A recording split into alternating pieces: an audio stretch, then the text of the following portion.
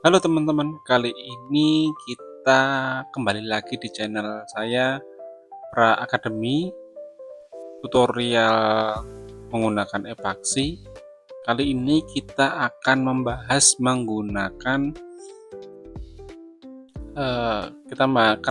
membahas terkait daerah irigasi, bagaimana membaca datanya setelah kita melakukan survei ataupun kita setelah melakukan editing, dan tahap apa saja selanjutnya ataupun identifikasi apa saja yang bisa kita dapat di dalam data skema. Oke, sebelum kita lanjut jangan lupa teman-teman untuk subscribe dan join di grup WhatsApp kita teman-teman. Ada grup kita untuk membahas apapun itu, ada terkait epaksi ataupun surpak ataupun ArcGIS nanti untuk editing, ataupun nanti ada beberapa materi yang saya akan ambil juga hanya ada di grup WhatsApp. Oke, kali ini kita akan membahas terkait daerah irigasi ya. Kita membaca ini, kita daerah irigasi, ini sudah jelas ya.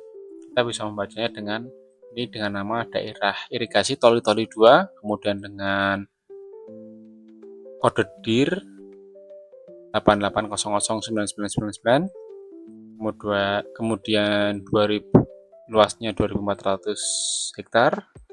Ini tidak fix ya teman-teman, ini bisa jadi ini dari luasan baku ataupun bisa jadi permen, kemudian bisa jadi ini hanya estimasi saja.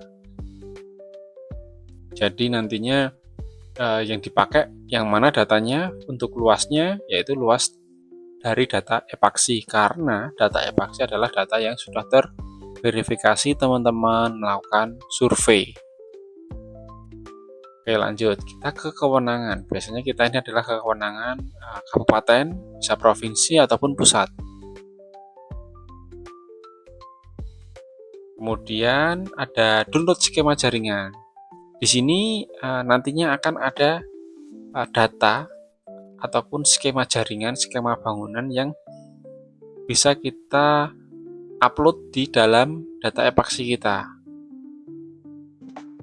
yang nantinya untuk kita menyampaikan ke pemerintah pusat ataupun nanti ketika pengajuan pengusulan itu kita bisa melakukan identifikasi untuk secara menyeluruh dengan cepat, yaitu dengan menggunakan skema.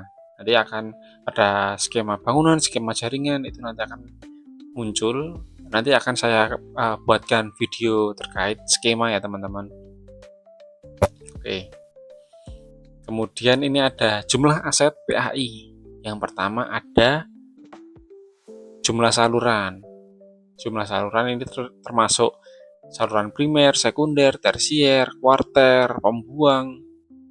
Terus nanti ada beberapa saluran lainnya. Kemudian bangunan ini juga keseluruhan, yaitu bangunan pelengkap, pengatur, bangunan utama. Kemudian non-fisik.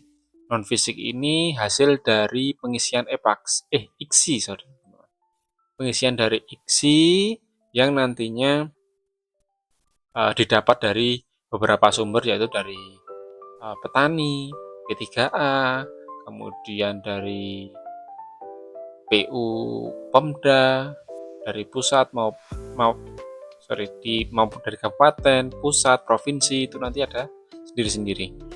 Kemudian nanti ada lagi pengisian debit, produktivitas tanam, nah itu ada di sini di non fisik ya teman-teman. Oke, lanjut kemudian di non jaringan. Non jaringan ini adalah isian dari IKSI dari petak tersier. Petak tersier di sini nanti akan dilakukan IKSI sehingga di non jaringan ini akan muncul data non jaringan. Kalaupun nanti semisal ada bangunan seperti rumah jaga atau rumah jaga bendung ataupun nanti rumah perkantoran yang dekat dekat dengan ataupun kantor wilayah, itu pun nanti akan masuk ke non jaringan. Nanti bisa dilakukan IKSI juga terkait kondisinya, nanti akan masuk seperti sini. Kemudian ada peta tersier. Peta tersier di sini adalah area layanan ataupun cakupan dari DI yang sudah kita kerjakan. Kemudian selanjutnya kita ke subsistem. Subsistem di sini ini masih belum berfungsi ya.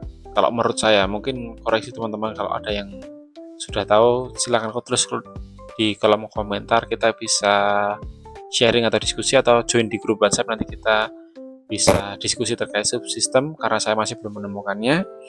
Di subsistem ini tujuannya adalah menggabungkan saluran atau mengkonekkan antar saluran sehingga nantinya ada bendung ataupun pengambilan yang berbeda, kita bisa menjadikan satu sistem. Jadi nanti berbagai dia akan terhubung. Misal ada bangunan pembuang terhadap saluran pembuang, nanti akan menjadi suplai irigasi A. Nah, itu nanti dia akan menjadi satu. Oke, berikutnya ada data AKNOP, dan bangunan ini masih belum berfungsi secara maksimal, masih dalam pengembangan. Oke, kita lanjut di panjang saluran. Panjang saluran itu ada yang pertama induk atau primer, kemudian ada saluran sekunder. Di sini ada 2,8 km, bisa lihat. Kemudian panjang saluran pembuang nanti juga ada. Pembuang itu juga teman-teman kalau misalnya di irigasi rawa itu juga sangat diperlukan, ataupun di daerah irigasi yang besar ataupun cakupannya besar biasanya ada saluran pembuangnya. Kemudian panjang saluran tersier juga kita data ya teman-teman. Kita tidak menutup space untuk tersier itu didata, karena ada beberapa yang berpendapat sebagai pihak PU ataupun PUSDA itu kadang sering hanya mengambil di primer sekundernya, padahal tersier itu adalah salah satu kewajiban kita untuk melakukan input data, walaupun tidak keseluruhan kita ambil datanya. Bisa kita ambil di pangkal dan ujungnya saja, ataupun mau keseluruhan juga sangat bagus. Nah, tujuannya di situ adalah kita mengakui klaim data kita. Contohnya ada areal di sini, ada areal yang besar, kemudian salurannya kita cuma kecil nih sampai sini, sampai hanya di tengah-tengah sini. Nah, itu akan menjadi pertanyaan terhadap usulan kita ketika pekerjaan. Kenapa dia bisa mengaliri sangat banyak, tetapi dia tidak tergambar di dalam epaksinya? Nah, itu salah satu akan menjadi bumerang bagi kita karena kita tidak melakukan pendataan terkait saluran tersier. Nah, ini di sini anggaplah yang merah ini adalah peta tersier. Nah, salurannya ini yang hitam, dia hanya sebatas itu. Nah, ini dapat air dari mana? Kan mesti akan menjadi pertanyaan dari pihak pusat. Sehingga kita diwajibkan membuat saluran tersier untuk menginformasikan bahwasannya di situ adalah termasuk layanan dari kita. Itu teman-teman. Jadi untuk teman-teman yang masih belum sepersepsi, mungkin silahkan dibaca peraturannya atau ketika nanti DES ataupun pengajuan usulan ketika dengan BPWS ataupun dengan pusat, Kementerian Pusat SDA, nanti akan dipertanyakan seperti ini. Begitu teman-teman. Oke, ini kemudian panjang saluran tersier, kemudian saluran muka ini ada tetapi masih belum dipakai terlalu banyak terkait saluran muka, penggerak banjir, pembuang, tersier. Ini ada teman-teman, tetapi hanya di DI besar saja. Mungkin di kewenangan pusat itu salah satunya ada saluran pembuang tersier. Kemudian ada panjang saluran suplesi.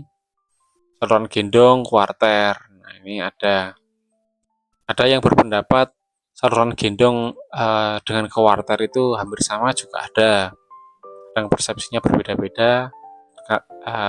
Saluran gendong itu berada di saluran primer kita, di sampingnya untuk pengambilan itu. Kemudian untuk kuarter ini biasanya turunan dari saluran tersier. Kemudian kita lanjut di bawah sini. Nah, di sini ada keterangannya, teman-teman. Kita klik pada tools di bawah ini.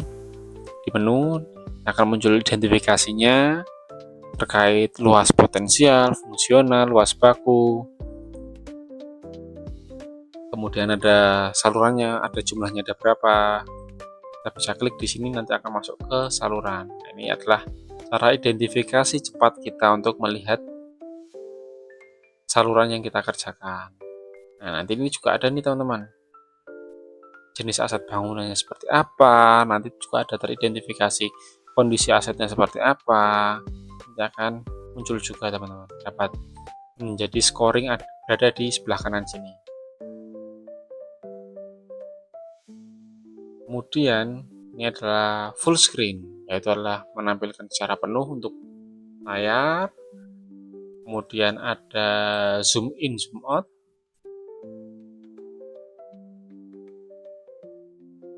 Oke.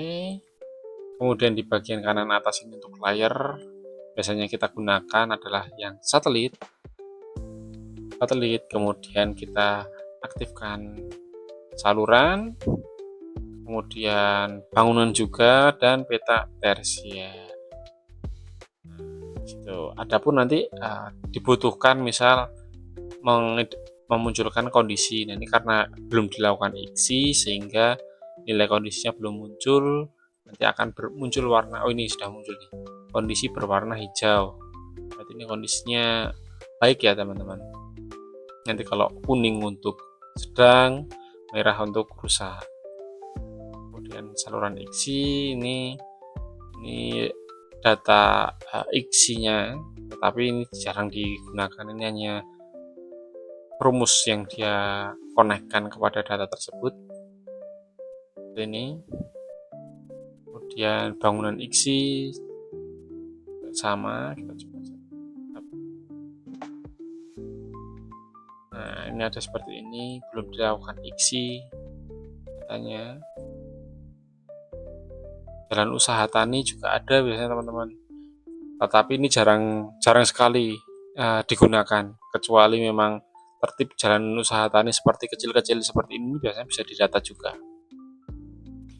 Oke, lanjut kita ke jalan inspeksi, yaitu jalan inspeksi itu nanti berada di sebelah saluran primer kita. Jadinya nanti kita buat line juga, kita buat garis untuk jalan inspeksi.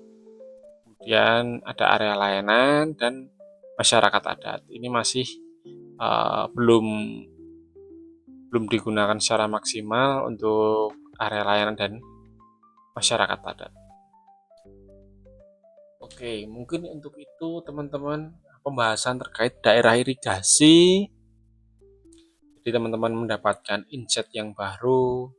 Nanti akan saya jelaskan lebih dalam terkait isiannya satu persatu, karena kalau saya bahas dalam satu video ini tidak selesai, teman-teman. Bisa memakan waktu 2 jam untuk membahas secara keseluruhan. Jadi ikuti aja, jangan lupa subscribe, teman-teman, untuk informasi berikutnya, materi berikutnya. Tolong subscribe, teman-teman, karena gratis juga, teman-teman. Bantu support akun saya, semoga bermanfaat buat teman-teman. Share juga buat rekan-rekan yang belum mengetahui terkait tools Epaxy ataupun cara belajar dengan Epaxy. Di YouTube ini akan saya bahas secara tuntas, dan jangan lupa join di grup. Nah, di sana nanti akan ada materi-materi ataupun kita bisa sharing diskusi terkait pekerjaan Epaxy. Mungkin itu, sampai jumpa di video berikutnya. Bye bye.